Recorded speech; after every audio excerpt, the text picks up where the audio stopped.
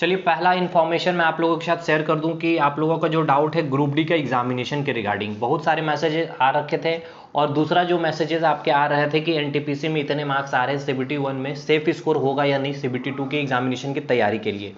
तो भाई मैं सबसे पहले ये बता दूं कि जिनकी तैयारी बिल्कुल नहीं हो रखी थी ग्रुप डी के लिए, या फिर 50% हो गई थी, अभी उनके पास थोड़ा सा और उनको टाइम चाहिए था, तो भाई आपके लिए एक अच्छा अपॉर्चुनिटी मिल रहा है, गोल्डन अपॉर्चुनिटी आप कह सकते हो। अभी देखिए, बिल्कुल ऐसा सिनेरियो जो बना हुआ है अभी पूरे इंडिया कंट्री में, या फिर बात करें पूरे विश्व में,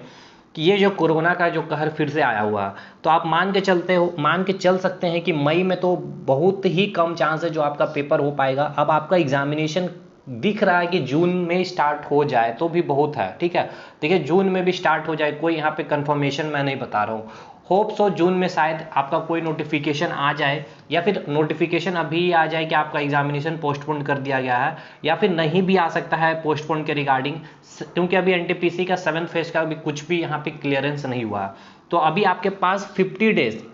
मतलब मिनिमम 50 डेज है। अभी इधर 15 दिन आपके अप्रैल के बचे हुए हैं और 30 दिन आपके मई के बचे हुए हैं, मतलब 45 टू 50 डेज, मतलब 50 डेज से भी प्लस आपके एग्जामिनेशन में अभी आपके हाथ में है, जो आप तैयारी कर सकते हैं।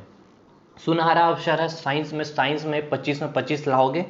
अगर आप इस स्ट्रैटेजी को फॉलो करते हो तो मैं जल्दी अपलोड भी करूंगा वीडियो कैसे आपको तैयारी करनी है। और आप सभी को पता है साइंस का कितना इंपॉर्टेंट रोल है आपके एग्जामिनेशन ग्रुप डी के लिए, ठीक है। उसमें मैं पूरी चीज़ें बता दूंगा, मैथ्स रीजनिंग के लिए भी, और साइंस को काफ़ी ज़्यादा मैं टारगेट किया हूँ, और मैंने जो चीज़ें आप लोगों को प्रोवाइड भी की है वो सारी चीज़ें मैं बताऊँगा। दूसरी बात, एनटीपीसी के जितने स्टूडेंट हैं कि सीबीटी 1 में उनके कितने मार्क्स बन रहे हैं, भाई देखिए,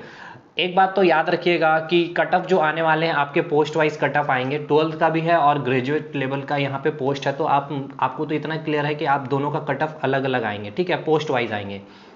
दूसरी बात, अब यहाँ पे आपके इतने सारे कैटेगरीज है, जनरल की कैटेगरी है, ओबीसी की कैटेगरी है भाई, उसके बाद आपके एससी एसटी की कैटेगरी है, ठीक है। तो ओवरऑल मैं बता रहा हूँ, चाहे आप जनरल में हो, चाहे ओबीसी हो, चाहे एससी एसटी में हो, चाहे एससी में हो, आप उसके अकॉर्डिंग एक आप अनुमान लगा लीजिएगा कि इतने मार्क्स में मतलब आपका भी सिलेक्शन, क्योंकि आप सभी को पता है कि जनरल के अगर 50 में सिलेक्शन हो रहे हैं तो ओबीसी में कहीं ना कहीं कम से कम 3 से 4 नंबर का डिफरेंसेस देखने को मिलते हैं। उसी प्रकार फिर एससी एसटी में भी फिर 8 से 7 मार्क्स के डिफरेंसेस देखने को मिल जाते हैं। बट जरूरी नहीं है, कोई कोई ऐसे जोन भी होंगे जहां पे कट ऑफ का वेरिएंस बहुत ही कम देखने को भी मिल सकता है, ठीक है। डिपेंड करता है वहाँ की सीटें कितनी है, वहाँ पे कितने स्टूडेंट वैसे अपेयर हुए थे, बहुत सारी चीज़ें डिपेंड करती है। बट फिर भी एक ओवरऑल अगर मैं आपको बता दूं सेफ स्कोर, देखिए बहुत सारे लोगों का ये भी एक मिथ है कि बहुत सारे स्टूडेंट एब्सेंट हुए हैं इस बार कोरोना के कारण, तो वो सब मायने नहीं रखेगा। देखिए, वो जो भी बंदे जिनको जाने थे, जिनकी तैयारियां थी, कट ऑफ उनके अकॉर्डिंग ही निर्धारित होती है, तो वो गए हैं, वो उन्होंने एग्जाम भी दिया है, ठीक है।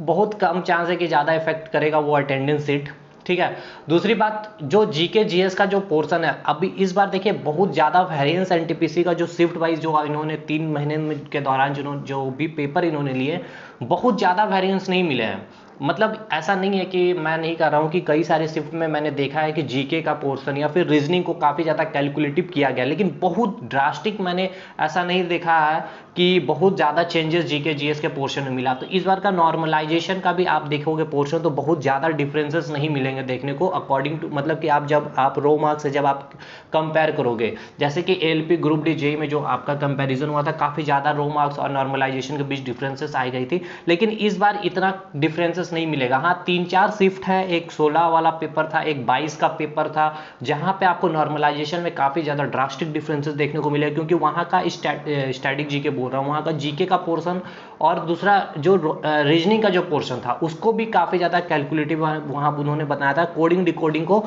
जो लॉजिक था वो पकड़ना बहुत ही ज़्यादा मतलब टिपिकल हो रहा था। तो भाई देखिए, अभी भी अगर आपके मार्क्स 60 मार्क्स कम से कम आ रहे हैं, तो मतलब रो मार्क्स अगर आपके बन रहे हैं 60 मार्क्स, तो आप अपने आप को सेफ स्कोर मान सकते हो 60 टू 65 मार्क्स। अब बिल्कुल ऐसा नहीं है कि इससे कम कट ऑफ नहीं जाएगा, मैंने पहले ही बोल दिया कि पोस्ट वाइज कट ऑफ जाएंगे, कई सारे कैटेगरी में हो सकते हैं 50 में ही उनका सिलेक्शन हो जाएगा। बट फिर भी ओवरऑल मैं कह लूँ कि 60 से 65 मार्क्स बन रहे हैं, तो आप बिल्कुल तैयारी कीजिए।